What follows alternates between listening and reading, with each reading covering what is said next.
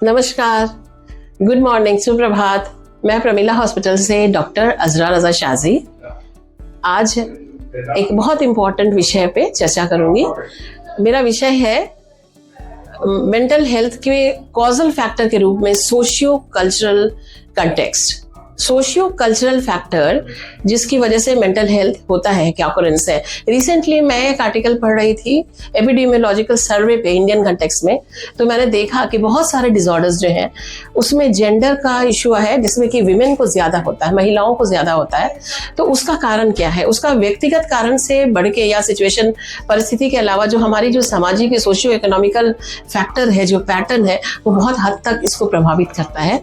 जैसे gender discrimination, जैसे महिलाओं की स्थिति जो अभी है, और उसमें केवल इकोनॉमिक फैक्टर नहीं है। हम सोचते हैं कि स्त्री अगर अपने पैर पे खड़ी हो जाती है तो इकोनॉमिकली निर्भर हो जाती है, बहुत हद तक सही है और इसकी कोशिश भी करनी चाहिए। और उसके अलावा भी कुछ ऐसे हमारे सामाजिक मूल्य हैं या कुछ ऐसी चीजें हैं, फैक्टर्स हैं जो इसको डिटरमिन करती है। जैसे कि पत्नी का रोल और माता का रोल, ये भूमिकाएं जो पतियां निभा रही हैं।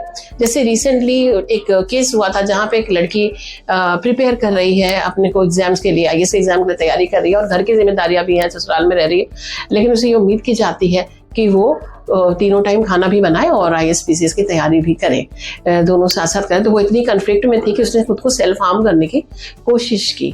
तो हम क्या, हमारे जो सामाजिक मूल्य है, क्या उनको हम फिर से प्रश्न करें? ये समय आ गया है जब उनको समझें, उनको प्रश्न करें और एक इंसान की नज़र से देखें, ना कि एक जेंडर की नज़र से कि वो किस जेंडर को बिलोंग करती है, और जेंडर से जो उसको हम कुछ रोल एट्रीब्यूट कर देते हैं कि ये इसका रोल है, उसको ये करना चाहिए, वो करना चाहिए। बिल्कुल, कुकिंग एक बहुत अच्छा स्किल है, हम सब करते हैं, वो हमारा सर्वाइवल नीड है, लेकिन कभी किसी परिस्थिति में अगर किसी को ज़रूरत हो तो वहाँ पे समझौता करना चाहिए। तो एक तो ये बहुत बड़ा फैक्टर है जो मैं देख रही हूँ। एपिडेमिकल सर्वे में भी मैंने देखा कि कुछ डिजीज़ें जैसे कि डिप्रेशन है, ओसीडी है, ये औरतों में ज़्यादा पाई जा रही है।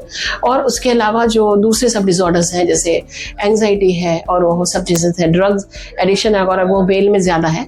तो ये सब रीज़न जो है, इसमें जो हमारा सोशियो कल्चरल कंटेक्स्ट है वो बहुत महत्वपूर्ण भूमिका निभाता है। दूसरा कंटेक्स्ट है वो ये है, जो ऐसा नहीं है कि पुरुषों के साथ नहीं है, पुरुषों पे प्रेशर बढ़ गया है पहले से ज़्यादा, क्योंकि अब वो उनके लिए भी जो है नौकरी की समस्या है, इकोनॉमिक कंडीशन जो कंट्री की है, और एम्प्लॉयमेंट, जब वो जिम्मेदारी उठाने के लायक हो जाते हैं। क्योंकि अभी भी बहुत हद तक स्त्रियों पर ये प्रेशर नहीं है कि शादी से पहले जॉब होना ज़रूरी है, यहाँ तक तो पुरुषों पे है ये ज़्यादा, और पहले से ज़्यादा बढ़ गया है। तो वो भी चीज़ें हैं, उनके भी रूल्स बदल रहे हैं, चेंज हो रहे हैं, वो भी फादर हो रहे हैं, पहले से ज़्यादा जिम्मेदार फादर, घर में उनकी भागीदारी है, क्योंकि एक न्यूक्लियर फैमिली में पुरुष की भी जिम्मेदारी बढ़ गई है, वो भी पहले से ज़्यादा बच्चों का ध्यान रखना, घर पत्नी के साथ मिलके घर में हाथ बटाना करते हैं, तो प्रेशर पुरुष पे भी बढ़ा है। और ये सब जो समाज जो एक परिवर्तन की स्थिति में है, एक ट्रांजिशन का फेज है, सोसाइटी में बहुत सारे चेंजेस आ रहे हैं जो कि टीथिंग प्रॉब्लम्स हैं, जिसको कहते हैं फॉर्मेशन स्टेज में स्टॉर्मिंग होती है।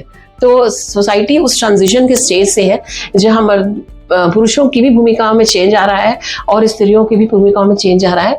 क्या हम इस ट्रांजिटरी फेज में, मेरा अनुरोध है सबसे, आप सबसे और हम सबसे, कि क्या इस ट्रांजिटरी फेज में हम संयम रखते हुए धैर्य के साथ एक दूसरे को समझने की कोशिश करें, एक दूसरे के रोल के प्रति बहुत रिजिड ना हो और एक लचीलापन रखें, फ्लेक्सिबिलिटी रखें, और अपने उन नई जनरेशन के साथ धैर्यपूर्वक उनकी सपोर्ट करने की ज़रूरत है, ना कि उन पे हम क्रिटिसाइज करें और अपने समय से तुलना करें कि हमारे समय में हम ऐसे करते थे और इस समय में आजकल की लड़कियां ऐसे नहीं करती हैं।